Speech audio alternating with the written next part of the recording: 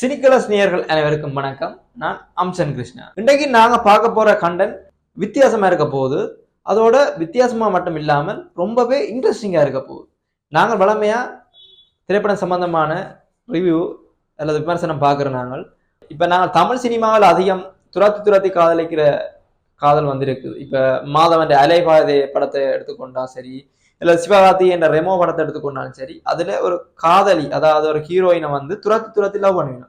ஆனா அந்த ஹீரோயினுக்கு அந்த அவர் மேல ஒரு காதலோ எந்த ஒரு ஈர்ப்பும் வந்து இருக்காது. ஆனால் கடைசி கிளைமேக்ஸ்ல என்ன காட்டப்படுது என்றால், அவாவிடமிருந்து ஒரு நல்ல ஒரு ரிப்ளை வரும்னு சொல்லித்தான் திரைப்படங்கள்ல காட்டப்படுது. ஆனால் எங்கட யதார்த்தபூர்வமான வாழ்க்கையை நாங்க பார்த்தோம் என்றால் அதுல என்ன வரும்னு சொல்லி சொன்னால் போலீஸ் கம்ப்ளைண்ட் தான் வரும். இதுதான் உண்மையான மறுக்கப்பட முடியாத உண்மை. இதை நாங்கள் சினிமாவில் திரைக்கதைக்கு வந்து சுவாரஸ்யம் ஊட்டுறதுக்காக அப்படி ஒரு நுட்பத்தை கையாளுகிறார்கள்.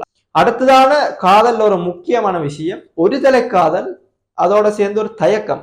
இப்ப நாங்கள் ஒருவனையோ இல்லை ஒருத்தியை பார்த்து நாங்கள் உள்ளுக்குள்ள காதல் கொள்வோம். காதல் கொண்டு இவர் எப்படியாச்சும் நாங்கள் அவருக்கு நாங்கள் எங்களோட காதலை வெளிப்படுத்தணும்னு சொல்லி எல்லாருக்குமே ஒரு விஷயம் இருக்கும். அந்த வகையில இதயம் படம் வந்து ஒரு காதல் சித்திரங்கள்ல ஒரு முக்கியமான மைல்கல்லா இருந்த படம்னு சொல்லணும். அந்த இதயம் படம் நடிச்ச பிறகுதான் முரளியை வந்து இதயம் முரளின்னு சொல்லி அழைச்ச விஷயம் இருக்கு. அது வந்து முரளியை மட்டும் இல்லாமல் நீங்கள் இப்ப யாராவது ஒருவர் உங்களோட காதலை வெளிப்படுத்த தயங்குறீங்களா இருந்தா ஏன் இதயம் முரளி மாதிரி இருக்கிறீங்களன்னு சொல்லி சொல்ற நடைமுறை வந்து தென்னிந்திய சினிமாவில மட்டும் இல்லாமல் ஈழத்திலையும் வந்து அந்த நடைமுறை வந்து இருக்கு. இந்த இதயம் படத்தை பார்த்தோம் என்றால் முரளிக்கு வந்து ஹீரோவை பார்த்தோன்னு பிடிக்கும். அது வந்து ஒரு கல்லூரி காதல். அவர் வந்து இப்போ 90களில் ஒரு விமர்சனம் ஒன்று இருந்தது, காதலியை பார்த்து காதலன் வந்து உடனே வந்து தன் காதலை வெளிப்படுத்த மாட்டார். அவருக்கு ஒரு தயக்கம் இருக்கும். அவட என்ற காதலை நான் வெளிப்படுத்தினால் அவள்கிட்ட இருந்து எனக்கு ஓகே சொல்லுவாளோ அல்லது அவள்கிட்ட இருக்கிற நட்பு வந்து துண்டிக்கப்படுமோ என்று சொல்லி ஒரு ஏக்கம் மற்றும் தயக்கம், ஒரு பயம் என்ற நிறைய விஷயங்கள் வந்து அந்த காதலனுக்கு அந்த படத்துல இருக்குது. ஆனால் இதை வந்து யதார்த்தபூர்வமான காதலுடன் ஒப்பிட்டு நாங்க பார்க்க 4 வருடங்களாக முரளி வந்து தன் காதலியை வெளிப்படுத்த மாட்டார் ஹீரோயினிடம். இப்படியான ஒரு தன்மை வந்து யதார்த்தபூர்வமான காதல்ல வந்து காணப்படுவது குறைவாதான் இருக்கு மட்டும் நான் நினைக்கிறேன். ஏனென்றா எப்படியோ நாங்கள் இந்த கல்லூரி அவள்லாம் நாங்கள் ஆசைப்பட்டிருக்கிறோம், அவள்லாம் எங்களுக்கு வேணும்னு யோசிப்போம். இந்த 4 வருடத்துக்குள்ளேயும் எங்களோட காதலை நாங்கள் வெளிப்படுத்தாவிட்டால் அது ஒரு பிரியோசனமே இல்லாத ஒரு விஷயமா தான் இருக்கும். அதே மாதிரி கடைசியில வந்து முரளிக்கு வந்து இருதய நோய் வந்து காணப்படுது. அவருக்கு சந்தோஷமான செய்தியை சொன்னாலோ இல்லது துக்கமான செய்தியை சொன்னாலோ அவர் வந்து இறந்து போவதற்கான சந்தர்ப்பங்கள், அதாவது ஹார்ட் அட்டாக் வந்து இறந்து போவதற்கான சந்தர்ப்பங்கள் இருக்குன்னு சொல்லி டாக்டர் சொல்றார். அவ்வாறான நிலையிலும் வந்து இருவற்ற காதலும் வந்து சேர முடியவில்லை. அவர் சேர முடியாத வந்து உண்மையிலேயே ஒரு பிரியோசனமற்ற விடயம். இயல்பான ஒரு யதார்த்தபூர்வமான காதல்ல இப்ப 2 பேரும் சேரணும்னு தான் யோசிப்போம். ஆனா அதுல வந்து சேர்றதுக்கான வாய்ப்பே இல்லை. ஏனென்றால் அது திரைக்கதைன்ற சுவாரஸ்யத்தை கூட்டுறதுக்காக இயக்குனரால முன்வைக்கப்பட்ட ஒரு விஷயம்.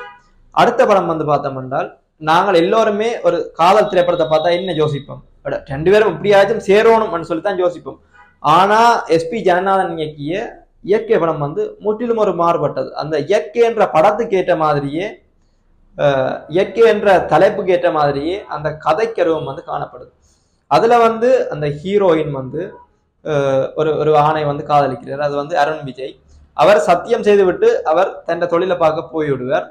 அந்த சத்தியத்தை காப்பாத்துறதுக்காகவும் தன் காதல் இயக்கத்துடன் வந்து ஹீரோயின் வந்து காத்து கொண்டிருப்பார். அப்பதான் மருது என்ற கேரக்டர், அதாவது ஷாம் வந்து அந்த ஹீரோயின் வாழ்க்கைக்கு நுழைகிறார்.